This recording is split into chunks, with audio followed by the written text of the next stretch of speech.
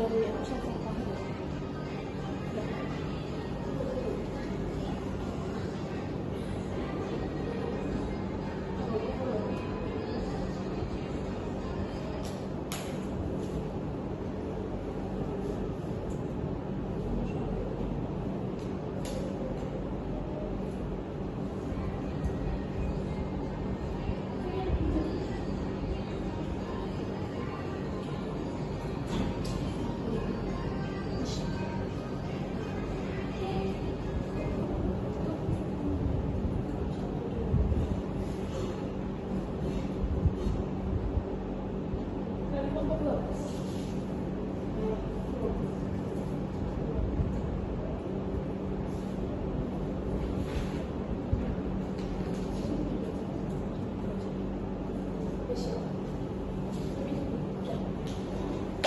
Assalamualaikum warahmatullahi wabarakatuh.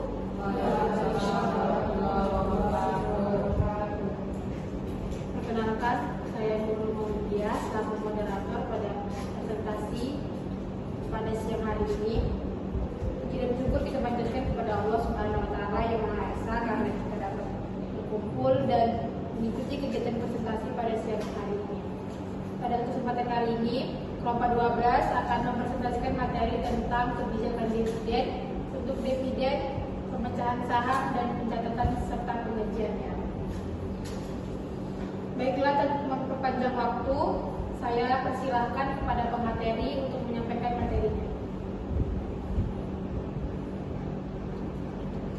Perkenalkan, nama saya Titik Noviani sebagai pemateri 1 yang akan menjelaskan materi tentang ekuitas dan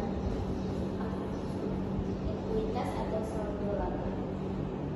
Yang pertama itu ada pengertian saldo laba. Saldo laba adalah bagian dari ekuitas perusahaan yang berasal dari laba bersih yang tidak dibagikan kepada pemilik atau pemegang saham, melainkan ditahan untuk kebutuhan perusahaan.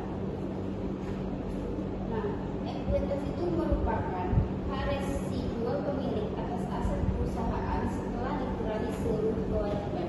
Dalam laporan proses keuangan, ekuitas menjadi indikator kekayaan bersih perusahaan yang berasal dari investasi pemilik dan hasil aktivitas operasional perusahaan. Salah satu komponen utama ekuitas adalah saldo laba.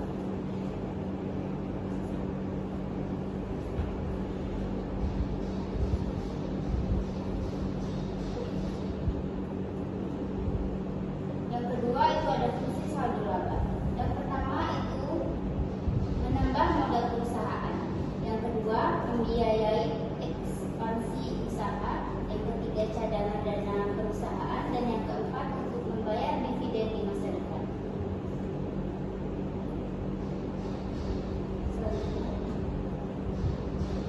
Selanjutnya itu ada kebijakan dividen. Nah, kebijakan dividen di sini yaitu keputusan perusahaan mengenai laba yang akan yang pertama dibagikan kepada pemegang saham sebagai dividen, dan yang kedua ditahan sebagai saldo laba. Yang kedua itu ada tujuan kebijakan dividen. Yang pertama tujuannya yaitu untuk menarik investor.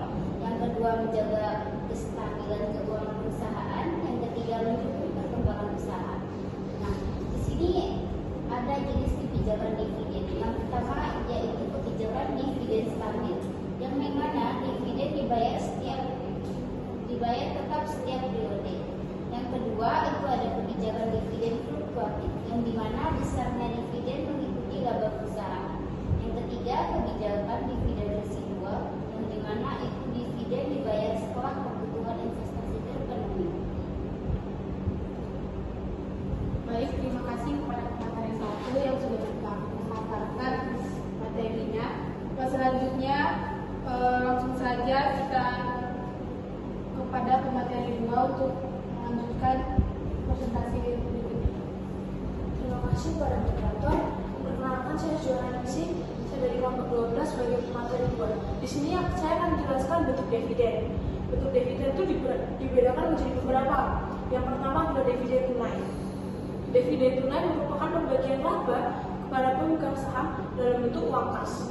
Bentuk ini paling umum digunakan karena memberikan faktor keuntungan langsung kepada investor.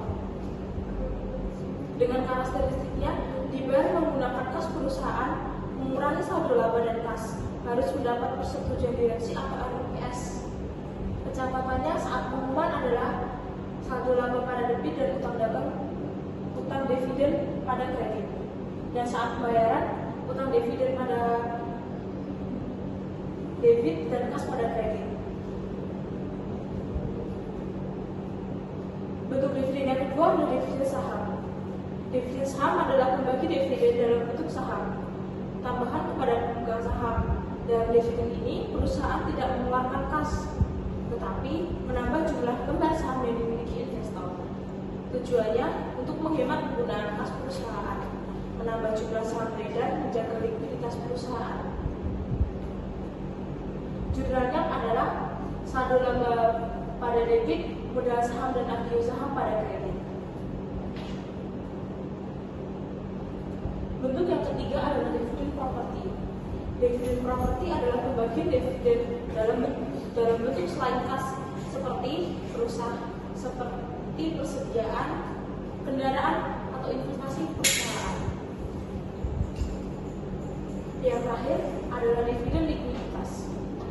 Dividen likuiditas merupakan dividen yang dibagikan dari modal perusahaan, bukan dari laba yang diperoleh.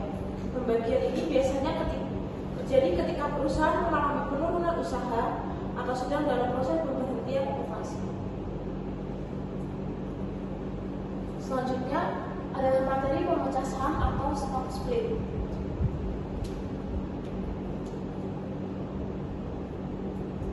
Pemecah saham adalah pemecah nilai nominal saham menjadi nominal yang lebih kecil tanpa mengubah total modal. Contohnya adalah saham 10.000 menjadi 5.000 per lembar. Tujuan dari stock split yang pertama adalah saham lebih terjangkau, menarik investor, dan meningkatkan jumlah saham yang beredar. Dampaknya, jumlah lembar saham bertambah, nilai nominal perusahaan turun, total modal tetap.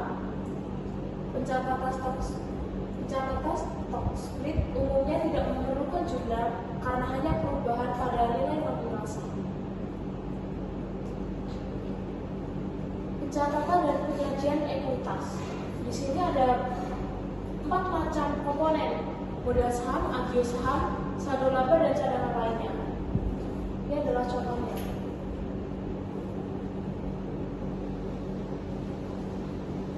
Terima kasih kepada pemateri 1 dan 2 yang telah memaparkan presentasinya. Selanjutnya kita masuk ke sesi tanya jawab. Kepada teman-teman yang ingin bertanya dipersilakan